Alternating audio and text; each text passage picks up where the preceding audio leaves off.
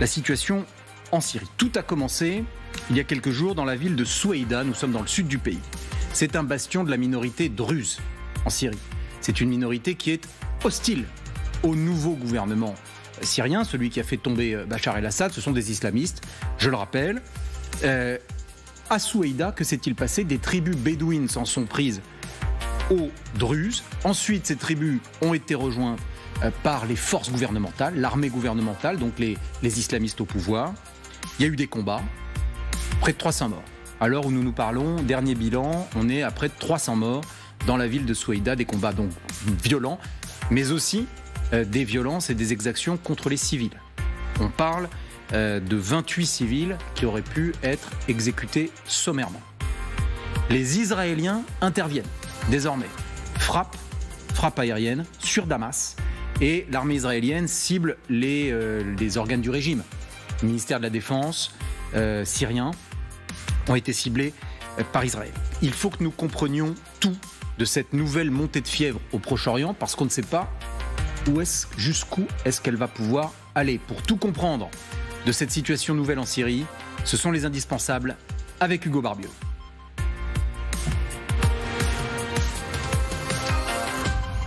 Bonsoir Hugo. Bonsoir David, bonsoir à tous. Alors, quelles sont les toutes dernières informations, Hugo ?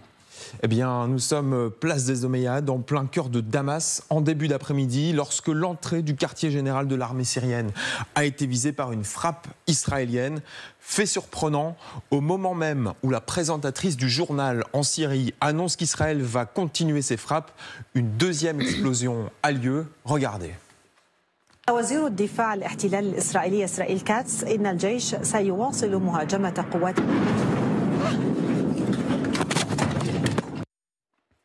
Et on le voit sur cette photo, une partie de l'entrée du bâtiment est totalement détruite. L'armée israélienne dit aussi avoir visé une cible militaire à proximité du palais présidentiel, à l'endroit même où le nouveau leader syrien, Ahmed al-Shara, reçoit ses visiteurs. L'armée israélienne, elle, a publié ces images d'une attaque mettant en garde contre des coups douloureux. Les attaques ont eu lieu ici, précisément dans la capitale syrienne. C'est donc bien le pouvoir syrien qui est aujourd'hui la cible d'Israël. Parallèlement, l'armée israélienne a déplacé 2 bataillons israéliens et des avions de combat à sa frontière avec la Syrie. Pourquoi, Hugo, est-ce que l'armée israélienne, ou plutôt Israël, a décidé de s'en prendre au régime syrien ?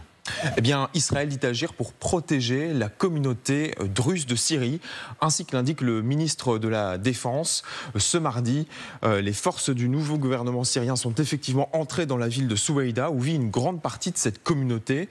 Pourquoi cette entrée en action de l'armée syrienne ? Officiellement, pour rétablir l'ordre après des violences entre combattants druzes et des tribus de bédouins. Ces tribus ont ensuite fait front commun avec les forces syriennes, et l'Observatoire syrien des droits de l'homme rapporte que des soldats syriens ont eux-mêmes exécuté des civils de la communauté druze. C'est alors que l'armée syrienne est entrée en action pour bombarder plusieurs blindés des forces gouvernementales syriennes. Qui sont, Hugo, les Druzes, et pourquoi est-ce qu'Israël les protège ? Eh bien, les Druzes forment une petite communauté répartie à la fois en Syrie, au Liban et en Israël. En Syrie, ils ne sont qu'une petite minorité, environ 3% seulement de la population. Leur croyance est une sous-branche de l'islam chiite, regardée avec méfiance par les sunnites, dont est issu le nouveau pouvoir en place à Damas. D'ailleurs, les Druzes de Syrie n'ont jamais voulu reconnaître les nouvelles autorités syriennes. Leur lien avec Israël remonte à 1948. Les Druzes israéliens avaient alors combattu au sein de l'armée israélienne. Aujourd'hui, ils sont environ 150 000 à vivre aujourd'hui en Israël. Et bien qu'ils soient musulmans, certains sont même intégrés dans les forces de défense israéliennes, contrairement aux Palestiniens. Et point très important, hier, la communauté druze d'Israël a accusé Benyamin Netanyahou de ne prendre aucune action concrète pour arrêter les tueries en Syrie. Comment, dernier point, Hugo, réagit la communauté internationale ? Eh bien, la France condamne les exactions contre les civils en Syrie et se dit préoccupée. Préoccupation aussi des États-Unis. Écoutez Marco Rubio. I just got off the phone with the relevant parties. Very concerned about it, and hopefully we'll have some updates later today for you. But we're very concerned about it. We want it to stop. Merci beaucoup Hugo. Et alors j'ajoute à votre présentation cette toute dernière information qui nous provient du site d'information Axios, qui est un site extrêmement fiable, et qui dit que l'administration Trump est tout près d'un accord de désescalade entre Israël et la Syrie. Voilà, ça c'est la toute dernière information. Alors site Axios qui cite des sources officielles américaines. Bon, donc nous verrons, peut-être dans le courant de nos échanges, nous verrons si la situation évolue. Pour commencer, ces frappes israéliennes sur certains endroits symboliques du nouveau pouvoir syrien, général Trinquant, ça donne le sentiment d'un coup de semonce. C'est calmez-vous, arrêtez, ou sinon nous allons frapper encore davantage. Qu'en dites-vous? Mais ce n'est pas la première fois, hein, ça fait plusieurs fois. Juste un petit mot avant, parce que les spectateurs qui ne connaissent pas trop les Druzes et la Syrie, oui. Dans l'histoire de France, il y a un siècle, nous combattions contre les Druzes, avec à l'époque la création du premier régiment étranger de cavalerie, qui était essentiellement formé de Russes blancs, qui avaient rejoint la Légion étrangère, et dans leur chant, il y a toujours le chant du Premier Reich qui parle « Les Druzes s'avancent à la bataille » et donc le combat qui se passe. Donc il y a un siècle, la France était très présente. Il faut rappeler que le mandat était sur le Liban, mais aussi la Syrie. Donc on connaissait bien cette région. Maintenant, on la connaît beaucoup moins bien. Alors simplement, dans ce qui se passe là, oui, on a deux phénomènes importants. D'abord, l'unité de la Syrie n'est pas faite sous le régime actuel, sous le nouveau régime. Deuxièmement, pour les Israéliens, il y a un problème interne de soutien à une communauté certes particulière, mais qui est une communauté reconnue comme étant musulmane quand même, hein, et qui sert en Israël. Et le deuxième point, il y a toujours un problème de frontière, c'est pas très loin du plateau du Golan, tout ça, tout ce qui se passe, et je rappelle que le plateau du Golan est occupé depuis un petit moment par Israël, et qu'ils veulent contrôler cette zone-là, en particulier pour un problème d'eau, hein, puisque c'est l'eau qui descend vers Israël. Alors, donc on voit bien que des deux côtés, il y a une difficulté. Du côté syrien, l'unité n'est pas faite et on voit que les milices et l'armée, ça reste quelque chose de très flou en ce moment. On a du mal à faire la différence entre les milices et l'armée. Oui, pardon. Regardez, général, là oui, on voit bien sur la carte, les zones en rouge, je précise pour ceux qui nous regardent, sont les zones d'habitation de cette communauté druze. Ils sont au Liban, ils sont en Syrie et ils sont donc dans le plateau du Golan, qui est donc sous contrôle israélien. Je m'interroge, est-ce que pour Israël, c'est aussi un enjeu stratégique que d'avoir des alliés qui vivent en Syrie, Jean-Dominique? Oui, bien sûr que c'est un enjeu stratégique. Les Druzes sont des alliés, en tout cas, ils sont des protégés d'Israël en Syrie. Et les Israéliens étaient et restent d'ailleurs assez proches des Kurdes en Syrie également. Donc évidemment, ils jouent sur... Ils s'imposent un peu comme les protecteurs des minorités. Il faut... alors, ce qui s'est passé, c'est encore une surprise, parce que c'est sans doute quelque chose qui a dérapé avec des Bédouins qui sont partis assaillir des Druzes, qui ont pillé des maisons, et l'armée locale est entrée dans le combat aux côtés des Bédouins sunnites contre les Druzes, qui sont quand même considérés comme des hérétiques. C'est paradoxal parce que le régime syrien... Les Druzes sont chiites, hein. Je précise bien. Voilà, les sunnites syriens les considèrent comme... Le régime syrien et les Israéliens étaient plutôt en train de discuter. Il y a plutôt... On ne peut pas dire que le régime syrien est un régime très anti-israélien. Ils se voient, ils se parlent. Ils se sont rencontrés récemment à Bakou, en Azerbaïdjan. Ils ne sont pas...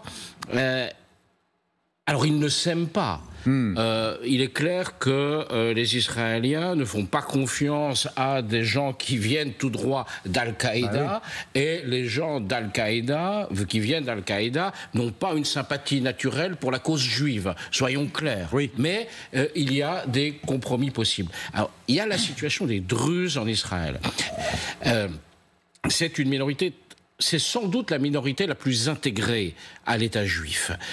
Il faut par exemple imaginer que le général de l'armée israélienne qui commande les troupes en Cisjordanie, c'est-à-dire qui commande l'administration militaire en Cisjordanie, dans les territoires occupés, ce général est un Druze. un arabe musulman druze. Et c'est lui qui commande les forces d'occupation en Cisjordanie, ce qu'on appelle le Kogat, l'administration militaire. Voilà.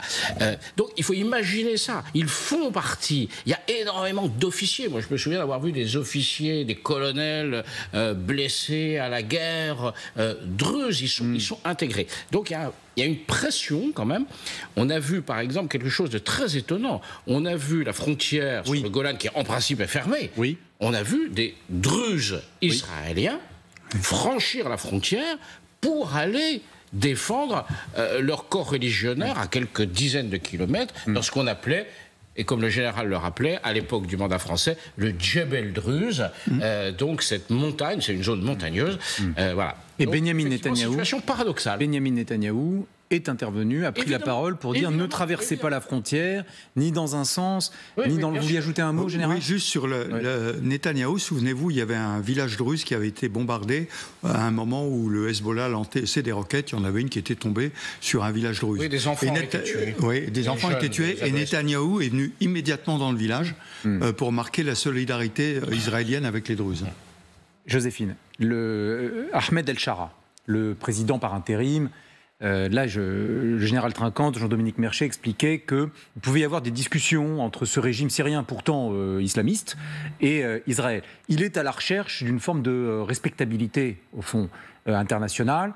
Ce qui se passe aujourd'hui, est-ce que ça vient lui porter un coup, je dirais, à ce projet ? Alors, pas forcément, on va voir quelle sera la réaction et puis quelles seront les suites.